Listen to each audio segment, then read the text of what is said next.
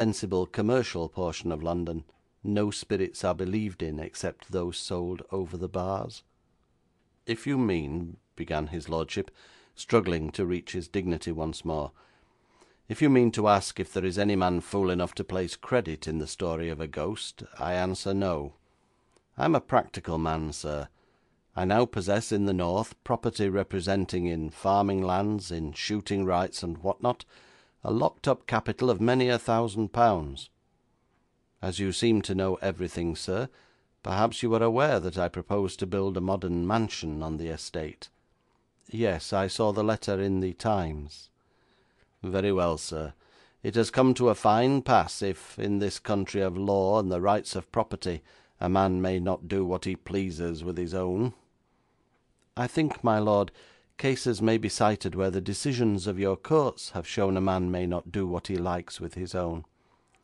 Nevertheless, I am quite certain that if you level Rantremly Castle with the ground, and build a modern mansion in its place, the law will not hinder you.' 'I should hope not, sir, I should hope not,' said his lordship gruffly. 'Nevertheless, I am not one who wishes to ride roughshod over public opinion. I am chairman of several companies which depend more or less on popular favour for success. I deplore unnecessary antagonism. Technically, I might assert my right to destroy this ancient stronghold tomorrow if I wished to do so, and if that right were seriously disputed, I should, of course, stand firm. But it is not seriously disputed. The British nation, sir, is too sensible a people to object to the removal of an antiquated structure that has long outlived its usefulness, and the erection of a mansion replete with all modern improvements would be a distinct addition to the country, sir. A few impertinent busybodies protest against the demolition of Rantremly Castle, but that is all.' 'Ah, then you do intend to destroy it,' I rejoined, and it is possible that a touch of regret was manifest in my tones. 'Not just at present, not until this vulgar clamour has had time to subside. Nevertheless, as a business man, I am forced to recognise that a large amount of unproductive capital is locked up in that property.' 'And why is it locked up?' 'Because of an absurd belief that the place is haunted. I could let it tomorrow at a good figure, if it were not for that rumour.' 'But surely sensible men do not pay any attention to such a rumour?' 'Sensible men may not, but sensible men are often married to silly women, and the women object. It is only the other day that I was in negotiation with Bates, of Bates, Sturgeon and Bates, a very wealthy man, quite able and willing to pay the price I demanded. He cared nothing about the alleged ghost, but his family absolutely refused to have anything to do with the place, and so the arrangement fell through.' 'What is your theory regarding this ghost, my lord?' He answered me with some impatience. 'How can a sane man hold a theory about a ghost? I can, however, advance a theory regarding the noises heard in the castle. For years that place has been the resort of questionable characters.'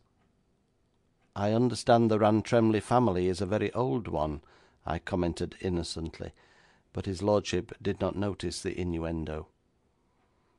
'Yes, we are an old family,' he went on with great complacency. 'The castle, as perhaps you are aware, is a huge ramshackle place, honeycombed underneath with cellars. I dare say in the old days some of these cellars and caves were the resort of smugglers, and the receptacle of their contraband wares, doubtless with the full knowledge of my ancestors, who, I regret to admit as a businessman, were not too particular in their respect for law. I make no doubt that the castle is now the refuge of a number of dangerous characters, who, knowing the legends of the place, frighten away fools by impersonating ghosts.' 'You wish me to uncover their retreat, then?' 'Precisely.' 'Could I get accommodation in the castle itself?' 'Lord bless you, no, nor within 2 miles of it. You might secure bed and board at the porter's lodge, perhaps, or in the village, which is 3 miles distant.' 'I should prefer to live in the castle night and day, until the mystery is solved.' 'Ah, you are a practical man. That is a very sensible resolution, but you can persuade no one in that neighbourhood to bear you company. You would need to take some person down with you from London, and the chances are that person will not stay long.' 'Perhaps, my lord, if you used your influence, the chief of police in the village might allow a constable to bear me company. I do not mind roughing it in the least, but I should like someone to prepare my meals, and to be on hand in case of a struggle, should your surmise concerning the ghost prove correct.' 'I regret to inform you,' said his lordship, 'that the police in that barbarous district are as superstitious as the peasantry. I myself told the chief constable my theory, and for 6 weeks he has been trying to run down the miscreants, who, I am sure, are making a rendezvous of the castle. Would you believe it, sir, that the constabulary, after a few nights' experience in the castle, threatened to resign in a body if they were placed on duty at Rantremly? They said they heard groans and shrieks, and the measured beat of a club foot on the oaken floors. Perfectly absurd, of course, but there you are. Why, I cannot even get a charwoman or labourer to clear up the evidences of the tragedy which took place there 6 weeks ago. The beds are untouched, the broken china and the silver tray lie today at the foot of the stairway, and everything remains just as it was when the inquest took place.' 'Very well, my lord. The case presents many difficulties, and so, speaking as one business man to another, you will understand that my compensation must be correspondingly great.' All the assumed dignity which straightened up this man whenever I addressed him as my lord, instantly fell from him when I enunciated the word compensation. His eyes narrowed, and all the native shrewdness of an adept skinflint appeared in his face. I shall do him the justice to say that he drove the very best bargain he could with me, and I, on my part, very deftly concealed from him the fact that I was so much interested in the affair that I should have gone down to Rantremly for nothing rather than forego the privilege of ransacking Rantremly Castle.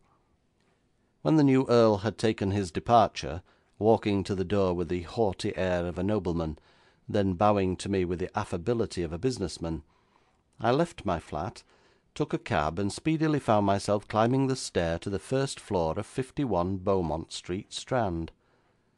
As I paused at the door, on which were painted the words S. Brooks, Stenography, Typewriting, Translation, I heard the rapid click-click of a machine inside. Knocking at the door, the writing ceased, and I was bidden to enter. The room was but meagrely furnished, and showed scant signs of prosperity. On a small side table, clean but uncovered, the breakfast dishes, washed but not yet put away, stood, and the kettle on the hob by the dying fire led me to infer that the typewriting woman was her own cook. I suspected that the awkward-looking sofa, which partly occupied one side of the room, concealed a bed. By the lone front window stood the typewriting machine on a small stand, and in front of it sat the woman who had visited me the morning before. She was now gazing at me, probably hoping I was a customer, for there was no recognition in her eyes. 'Good morning, Lady Rantremly,' was my greeting, which caused her to spring immediately to her feet with a little exclamation of surprise. 'Oh,' she said at last, 'you are Monsieur Valmont. Excuse me that I am so stupid. Will you take a chair?' 'Thank you, madam. It is I who should ask to be excused for so unceremonious a morning call. I have come to ask you a question. Can you cook?' The lady looked at me with some surprise, mingled perhaps with so much of indignation as such a mild person could assume. She did not reply, but, glancing at the kettle, and then turning towards the breakfast dishes on the table by the wall, a slow flush of colour suffused her wan cheeks. 'My lady,' I said at last, as the silence became embarrassing, 'you must pardon the impulse of a foreigner who finds himself constantly brought into conflict with prejudices which he fails to understand. You are perhaps offended at my question. The last person of whom I made that inquiry was the young and beautiful Madame la Comtesse de Valerie Montmorin, who enthusiastically clapped her hands with delight at the compliment, and replied impulsively, "Oh, Monsieur Valmont, let me compose for you an omelette which will prove a dream." And she did.